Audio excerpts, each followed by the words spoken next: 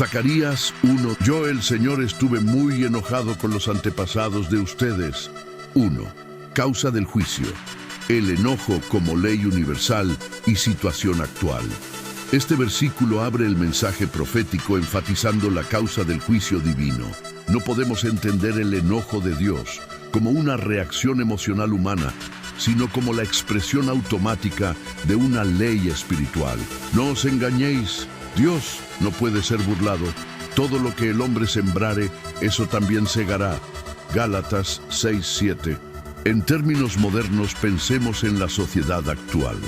Cuando una comunidad siembra miedo, conflictos, idolatría del dinero, corrupción en el entorno familiar o laboral, los efectos colectivos se ven en la ansiedad, el estrés social, la desconfianza y la división.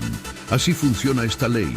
El campo de conciencia reacciona y restablece el equilibrio.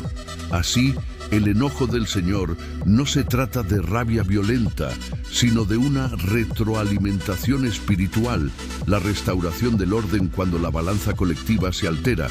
Si hoy vivimos en crisis de salud mental, soledad, violencia o materialismo, experimentamos el efecto del enojo universal, la consecuencia de una siembra colectiva desviada de la fuente. 2.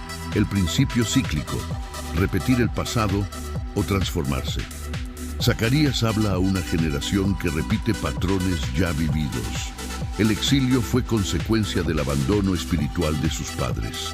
Y así como entonces, hoy muchas familias ven a sus hijos reproducir los mismos errores, ciclos de adicción, violencia doméstica, consumismo, ausencia paterna.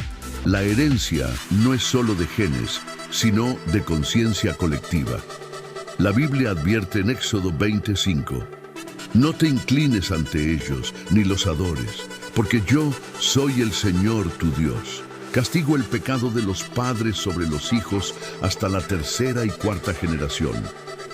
Esto no es venganza divina, es la explicación espiritual del eco cíclico. Si no transformamos la raíz interna, los frutos externos se repiten.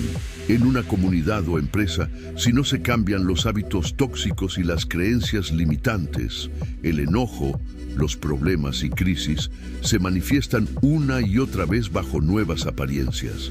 El presente es el reflejo del campo vibracional heredado. 3. El fruto. Manifestaciones en la vida diaria. El enojo, como consecuencia pedagógica, se ve hoy en las rupturas familiares, el colapso organizacional tras años de corrupción, o en la desmotivación colectiva ante líderes manipuladores.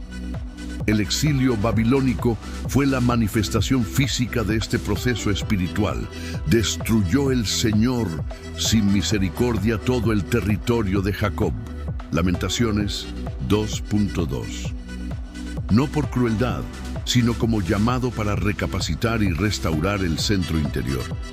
De la misma forma, si una familia tolera injusticias, idolatra lo externo, su templo interior se desmorona y el enojo se manifiesta como crisis, peleas y separaciones. 4. El engaño del adversario hoy. Deformación del sentido de justicia. El adversario manipula este principio presentando a Dios como un juez colérico y volátil, al punto que muchos hoy rechazan la fe por representaciones de un Dios castigador. Por ejemplo, niños castigados en nombre de la religión, personas que padecen miedo y culpa por no cumplir rituales externos, buscadores que abandonan la espiritualidad por el dogma sin amor. Jesús contestó a este engaño: si ustedes, siendo malos, saben dar cosas buenas a sus hijos, ¿cuánto más vuestro Padre Celestial dará cosas buenas a los que le pidan? Mateo 7:11. Así, la cizaña introduce la narrativa de miedo y control, desviando la atención interior hacia la obediencia ritual y el temor, en vez de la transformación personal. Han dejado el mandamiento de Dios y se aferran a la tradición de los hombres. Marcos 7:8. 5. El mecanismo de control en la vida contemporánea. instituciones y el miedo. El patrón se repite hoy en sistemas de control institucional. Empresas que mantienen a sus empleados atados por miedo al despido. Familias donde la autoridad es puro castigo sin diálogo. Políticos y medios que cultivan ansiedad para mantener el control, ofreciendo soluciones externas, promesas, programas, subsidios, en lugar de fomentar la autonomía y la búsqueda interior. Ejemplo cotidiano. Personas que viven en tensión constante, apuntando a cumplir normas para evitar problemas, pero nunca son libres ni se sienten en paz. La conciencia colectiva permanece en ruinas. Mucho ruido externo, pero vacío interior. 6. Conclusión y llamado actual. Romper el ciclo.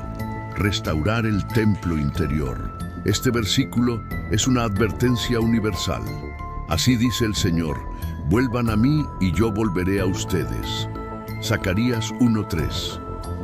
No es la ira de un Dios lejanos, es el llamado a romper el ciclo de causas repetidas, restaurando el templo interior, la conciencia, la mente, el corazón alineado.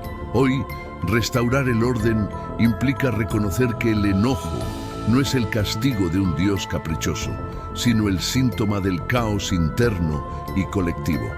Hay que mirar el entorno actual, el desánimo. En conclusión, podríamos decir: deja de temer a un Dios lejano. Observa tu vida, tu entorno, tus relaciones. Allí verás si el templo está construido desde dentro o sigue en ruinas por causas que repites sin conciencia. Solo volviendo la mirada interior, el ciclo se rompe y la ley universal se transforma en bendición y paz.